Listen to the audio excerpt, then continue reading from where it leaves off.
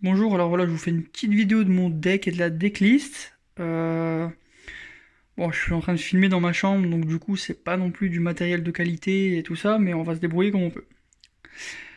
Alors, comme on voit dans cette decklist, j'ai mis des planètes Adala, déjà. En fait, elles permettent notamment de contrôler en fait les énergies de l'adversaire. De toute façon, soit on joue celle-là pour deux, soit on joue le KB pour tuto. Et si vraiment on n'a aucune des deux, on peut dans tous les cas jouer la Caulifla 1 ou la Kale. Et ensuite, le terrain, en fait, on va essayer de le remplacer par un autre terrain. Ou, si je l'ai bien, on voit ici ou pas, par une planète, planète Vegeta. Bah, c'est la seule qui me manque. Ah, elle est ici, pardon. On va remplacer par une planète Vegeta. Ça en permettra du coup d'engager une énergie de tuto. Le deuxième effet qui permet de tuto. Et ensuite, si on remplace par la planète Vegeta, on peut encore tuto une carte. Donc c'est vraiment pas mal. Et dans tout ça, on a engagé une, carte, une énergie adverse. J'ai décidé aussi de mettre deux Masked Saiyan en main deck. Alors c'est très utile déjà contre les Polunga ou les Shenron, ça permet vraiment de s'éveiller. Ou les effets des vœux pour ramener Whis, ou on imagine même Polunga, il défausse 2, donc c'est vraiment pas mal. C'est aussi utilisé notamment pour Pan, ça évite que pendant le tour elle joue une carte, donc c'est vraiment assez fort. Et aussi contre le match-up de KB, comme ça, au moins, il évite la chaîne T2, il pose sa Kale, sa Caulifla, etc. Là, au moins, ça va lui permettre de se ralentir un peu et donc de nous laisser de quoi réagir. J'ai mis les boules broyeuses, j'en ai mis deux en main deck. Alors, c'est vraiment. Je l'ai mis dans un premier but, c'est vraiment contre le Polunga. Le délire, c'est d'être hyper aggro dans les premiers tours, de poser un petit board de 3 cartes, j'évite souvent 4, et de garder l'énergie jaune, comme ça, si jamais il pose Polunga, on peut boule broyeuse, pas d'effet. Bon, il va être un petit peu surpris. C'est vraiment pas mal. Donc voilà, après c'est la liste classique, hein, 2 Mira, 3 Kale, j'ai mis 4 Caulifla, 2 Kale bleu simplement. C'est un peu la moins utile du deck. Elle permet vraiment, si on peut la jouer, tant mieux. Sinon, son deuxième effet est pas mal aussi, le fait d'annuler les capacités d'une carte et de pouvoir les remonter en main. Notamment en match miroir ou contre KB, on choisit le Vados, on annule les capacités, on le remonte en main, c'est très très fort. Bon, faut avoir la carte en main, bien sûr. Donc voilà, le délire du deck, ça va être vraiment soit de contrôler, poule broyeuse, champa, soif de sang, soit directement d'agresser. C'est vraiment pas mal. Et donc du coup en side, j'ai posé le side que j'ai pris du coup au Régio d'hier. Donc j'ai joué deux Kintoun, notamment contre les decks aggro, les miroirs, etc. Je vais expliquer après pourquoi Grafla. J'ai mis deux Vegeta, c'était notamment pour le match contre Janemba. Malheureusement, j'en ai pas eu et c'est un peu. Janemba, ça se perd en ce moment, j'ai l'impression. J'ai mis deux Tenshin Han. Aussi un petit peu pour Janemba et quelques autres match-up, mais vraiment surtout contre Janemba. Deux KB, c'était vraiment un petit peu contre les decks rouges qui me détruisent mes cartes à 1. Au pire, je peux aller les retuto grâce à ça, dans la dispersion. Deux Demigra au cas où, si je tombe contre un baby ou un starter Broly, ça me permet de tuer leur chaîne. Et puis Kale. Ça c'est vraiment les trois cartes qui m'ont un petit peu sauvé sur tout et qui m'ont permis un peu de surprendre. Alors du coup c'est des bloqueurs qui ont 5000 de puissance et qui viennent gratuitement si on a du coup une Caulifla, donc c'est la 4, à 2 ou à 1 sur le board. Ça permet donc du coup soit de se défendre, soit ça m'a permis aussi contre les Polunga. À la fin, ils pensent que j'ai plus rien à jouer, que je suis totalement full tap, etc. On pose ça sur le board, on attaque avec, ça leur fait mal. Ou du coup, ça m'a permis aussi de me sauver une fois. Du coup, sur le Polunga, son tour où il sort Gogeta, le Kaioken, etc. Moi, mon tour d'avant, j'ai réussi à en placer deux. Et j'ai gardé des énergies, bien sûr. Comme ça, j'ai Champa le Gogeta, du coup, il vient en inertie, je pioche une carte. Bon, derrière, il fait son effet Kaioken, il me prend des cartes en main, mais il tape deux fois. Les deux fois, je peux bloquer avec Kale. Ou au pire des cas, on essaye d'avoir 4 points de vie. Au pire, on prend une frappe, et si on a qu'une Kale sur le terrain, on bloque une fois. Voilà, c'est ce qui m'a vraiment permis de gérer un peu les Polunga. Et pour l'instant, je suis un peu confiant contre les Polunga. J'ai réussi à les gérer. C'est pas mon plus gros match-up. Et puis après, la CAF là, que je trouve superbe, notamment pour les matchs miroirs ou contre le KB. En fait, j'utilise seulement pour son apparition. Quand on joue cette carte pendant le tour, on passe une carte en inertie, on annule ses capacités. Et là, c'est trop fort parce que du coup, qu'est-ce que je fais? C'est que je passe cette carte en inertie ou Elle est déjà en inertie, c'est pas grave, mais j'annule sa capacité jusqu'à la fin du tour suivant. Du coup, ça veut dire que le gars, pendant son tour, donc pendant mon tour où moi je vais attaquer, et pendant son tour, bah, il pourra plus faire ses combos à 1. Et là, bah, c'est vraiment très très fort.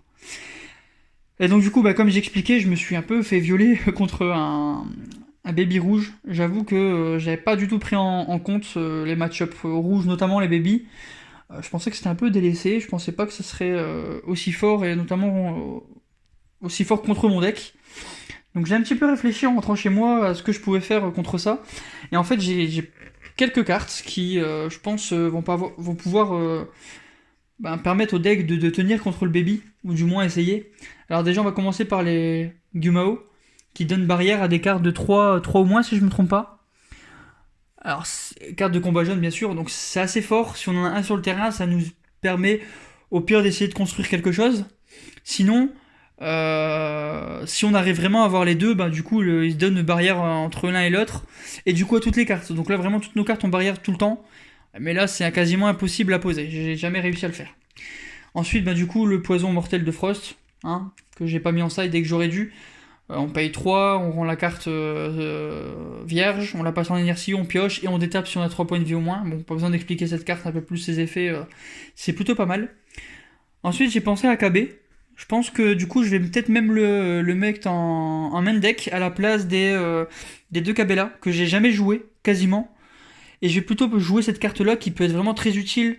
Bah, du coup, c'est une contre-attaque tout d'abord, donc ça annule l'attaque. C'est une 5000 sur le terrain au pire en combo.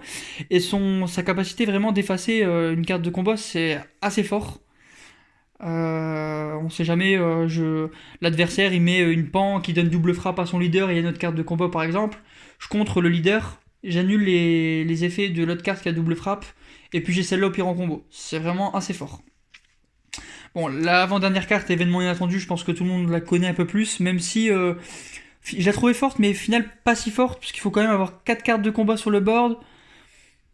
Enfin, 3 cartes de combat, et puis la quatrième qu'on joue, c'est un peu dur à poser.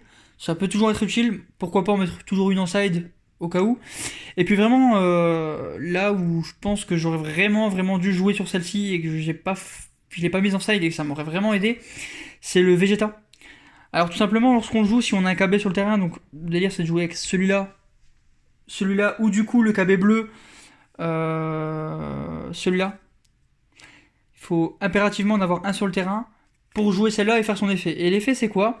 C'est que lorsqu'on joue cette carte, on engage 2 énergies adverses, donc c'est plutôt pas mal contre un deck notamment rouge, pour éviter d'utiliser ses contres à gogo et d'éliminer le board. Et en fait, donc c'est une 20 000 réplique, donc au pire elle permet de nettoyer le board ou encore d'attaquer le leader. Et en fait, le joueur adverse, pendant son tour, il détapera pas les 2 énergies qu'on lui a engagées. Et là, c'est vraiment ce qui est trop fort, parce que du coup, si on part sur un T3, enfin sur un T4, pardon, parce qu'il faut la jouer T4, quand l'adversaire va jouer son T5, bah, ça lui permet du coup d'avoir que 3 énergies sur les 5. Et donc d'être un peu moins chiant sur ce qu'il va jouer, et il peut pas sortir non plus d'ulti, etc. Donc c'est vraiment assez fort, ça permet encore de gagner un tour. Et du coup, voilà comment moi j'ai joué, notamment vers les Polunga, c'est assez simple. Si je l'ai en main deck, je la garde. Si je l'ai en main, pardon, je la garde. Sinon, je vais essayer de la tuto avec la planète Vegeta si je l'ai pas. J'essaye de m'éveiller assez rapidement. Et je joue pratiquement pas les Champa Evados lors du match-up de Polunga, c'est assez rare. En fait, j'essaye vraiment, tour 1, si je peux, je joue celle-là ou je joue la Caulifla à 1. Et tour 2, j'essaye vraiment de jouer ça. Si je l'ai bien sûr, d'attaquer avec mon leader, et sur l'attaque du leader, je combo 1 pour jouer directement la Caulifla qui va s'éveiller, qui va se placer directement sur la Kyle, et directement, soit du coup engager une énergie si le Shenron ou le Polunga avait une énergie d'étape, et du coup directement lui mettre une 20 000 double frappe, ce qui est assez fort. Voilà, donc souvent j'arrive pas à m'éveiller tour 2, c'est assez compliqué de s'éveiller tour 2.